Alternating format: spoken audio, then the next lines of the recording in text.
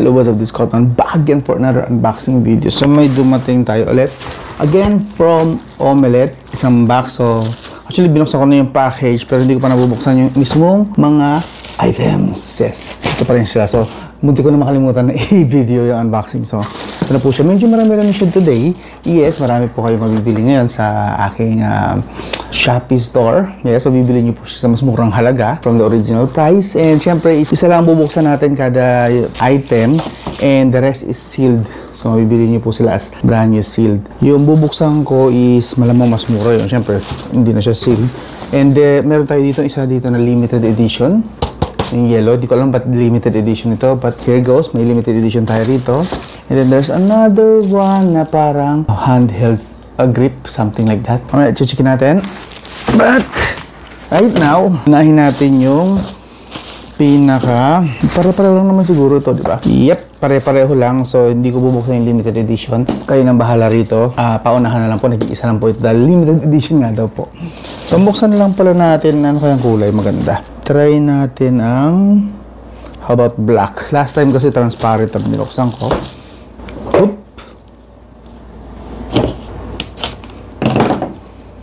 Medyo makapit yung tape. Looks like it. Yan, napunit ko na nga. Sorry about that. Don't worry, mas mura ko na ito ibibenta itong isang to na tinasil. So bago tayo mag-start, expectations muna. Wireless and wired. Pwede po siya both wireless and wired. Dual connectivity.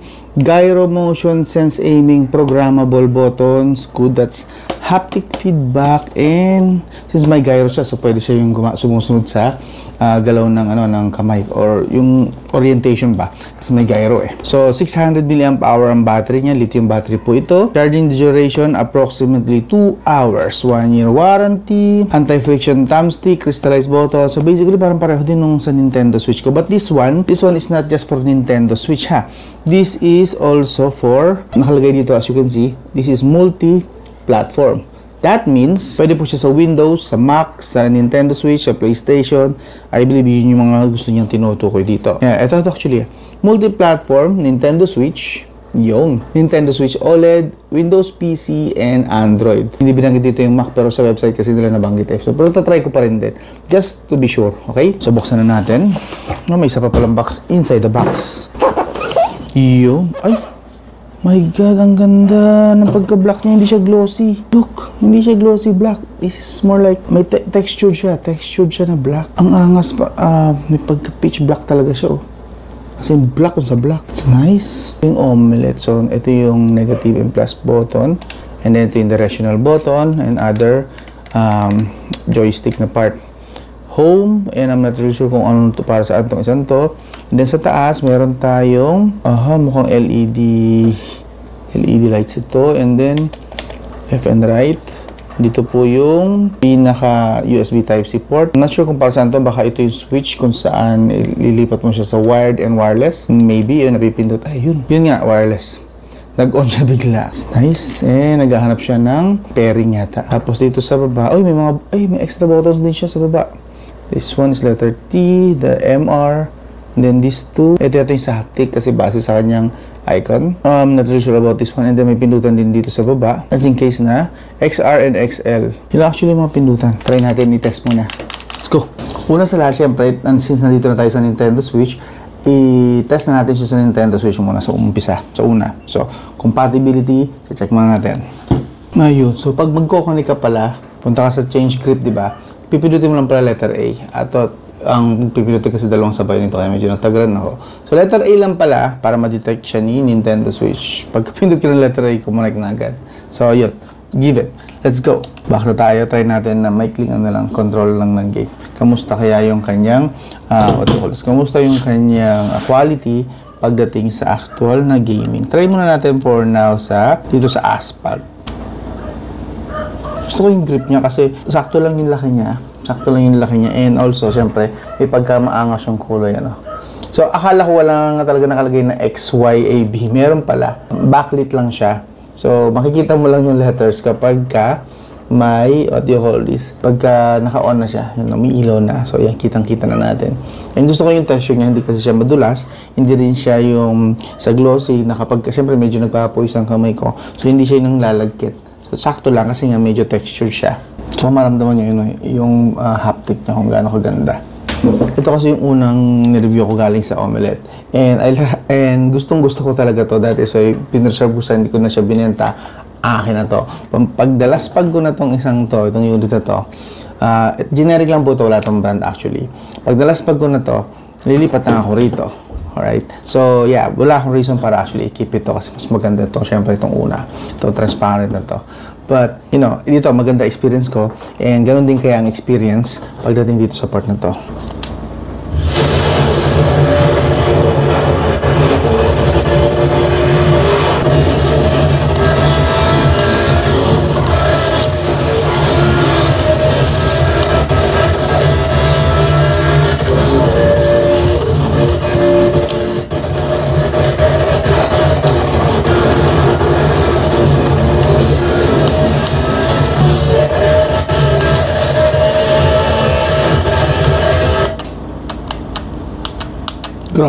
Grabe yung haptic. Yung ano, talagang ramdam ko yung pag sinasagasaan ko yung pader eh. Like this one, bang ganyan ito, bag! Oh, butya. Nangangatal talaga. I'm not sure kung rinig pa. Talagang grrrr. Ala. Lakas nung ano yun, hindi na haptic, talagang vibrate. Hindi naman yung nakakangilong vibrate. Ramdam na ramdam mo lang. May ano naman, may lalim naman yung vibrate niya, hindi yung parang kinikis-kis siya na vibrate. More on vibration na malalim eh. Parang ramdam mo talaga na maano ka sa semento. Like, again, hindi siya nakakangilong vibrate kasi hindi naman ako nangingilo. Mangilohin ako eh, pero this one, hindi naman ako nangingilo sa kanya. So, yeah. Nice. Sira-sira nga lang yung kotse, pero nice. I like this one. So, nag-work po siya sa Nintendo Switch. Try naman natin sa Windows and sa MacBook ko. So, ito naman po, dito naman tayo sa MacBook. This is MacBook Air lang po ito ha. Pipitsugin lang po ito. Pero, kung compatible dito, I am assuming compatible na rin sa ibang MacBook din, di ba? And maybe pati sa iPad. Maybe. But, let's try muna. I hope this works. Install ko na rin siya ng games. So, first of all, turn natin muna yung Bluetooth and hopefully ma-detect ni Apple. Yun o, lumabas na. Connect. Connect natin yan. And it's done. Yun, connected na. So yes, nadi-detect siya ni MacBook. Ngayon, kung gagana ba talaga siya base sa as a controller. But before that, ito yung sasabi ko sa inyo, yung sa vibrate motor. Kung naririnig nyo ba yung lakas? Ito pala. Dito pala dapat yun. Dito yung mic eh. Grabe yung lakas ng vibration.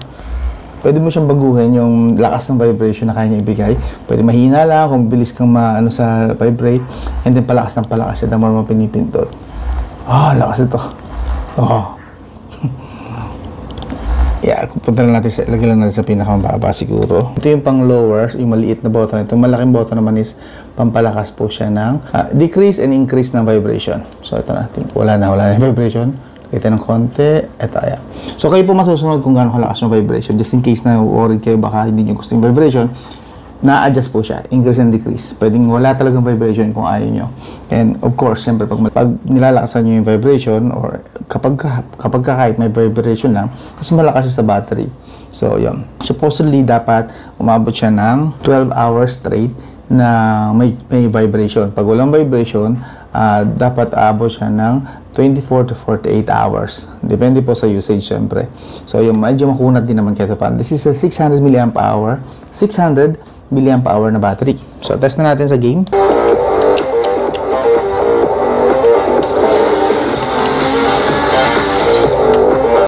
So, ayun. I have been trying to, pang tatlong game na to, tinry ko yung Dead Trigger, and then yung Asphalt, hindi na-detect. And this one too, may controller, but it seems hindi siya na-detect. Na-detect ba?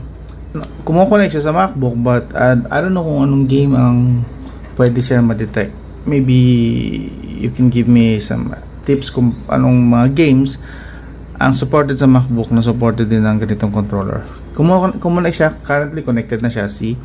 One blink, but hindi po siya na-detect ng games. So, this is pretty much useless kung ganito. Pero baka mali lang yung mga games na napili ko. See, connected naman po siya, as you can see. Yeah, there, connected siya as Pro Controller. For some reason, Hindi ko alam kung anong games ang gagana sa kanya. Ito, try natin dito. See? Controls. Wala. Keyboard controls lang. So, obviously, mali yung game. Kasi wala siyang support for joystick. Hindi naman niya na-delete yung joystick. Wala eh. QWERTY, what? QWERTY. Wala naman ibang options na rito. So, what ganito? Wala. Useless. Lipat na lang tayo sa Windows. Try natin. Ang bilis na detect niya agad si so good. Nice. Ready to go. Okay, so try natin. Yep. It's working. Nag-work. That's nice. Try natin. Game tayo isa. So kakapakapain ko muna. Paano ba control nito? Okay. Nice.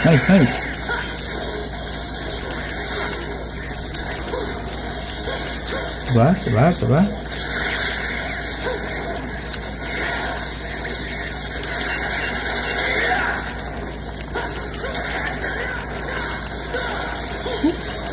Hirap pa. Sarap pa laruin ito, no? Sino naman mga nakapaglaro nito? Parang nakikita ko to dati actually, kaso hindi ko siya nilalaro kasi nga medyo wala, can't afford pa ako dati para bumili ng mga mamahaling PC eh.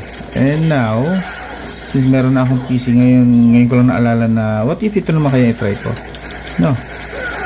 Ha? Wanna fight?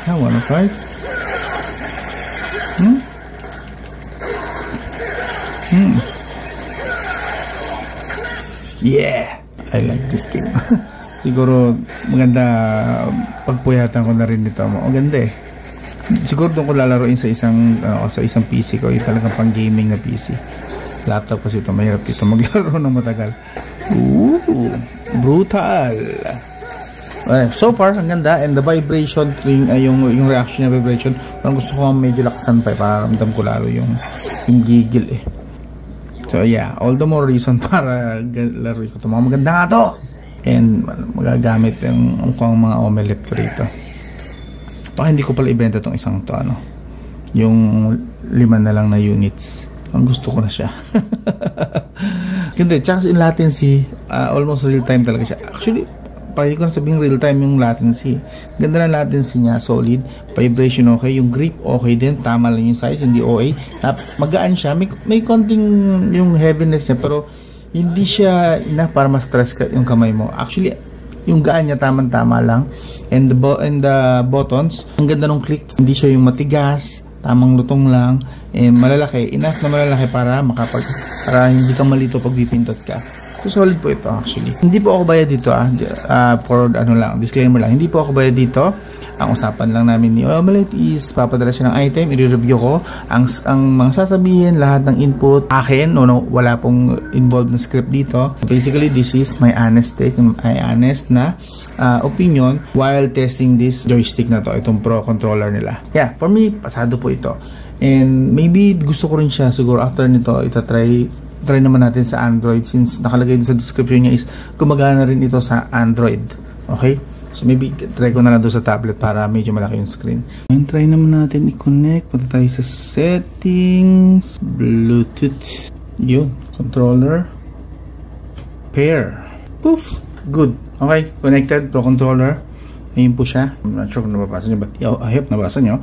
Alam ko weakness ng Android yung external controller pagdating sa support sa external control. So, gusto ko lang siya i-test kung supported kaya ng si Farlight, itong ganito. Pero alam ko malabo eh. Kasi alam ko limited lang talaga ang supported ng Android pagdating sa controller kasi iniwasan natin lang yung cheating. So, wala akong makitang, mukhang wala nga rito. Controller, customize, wala eh. Mukhang hindi siya supported nga rito boy. Limutan ko kasi meron siyang wired connection support and kasama rin naman siya sa box itong wired na to from here. So baka makatulong kung itadere ko na lang. What if lang naman mag-work. One last chance. If this works, good. If not, wala tayong gagawa. Uy, nag-work siya. So wired. Mag-work siya sa wired. But not sa wire, sa Bluetooth. Yun. Okay, finally. Napagana rin.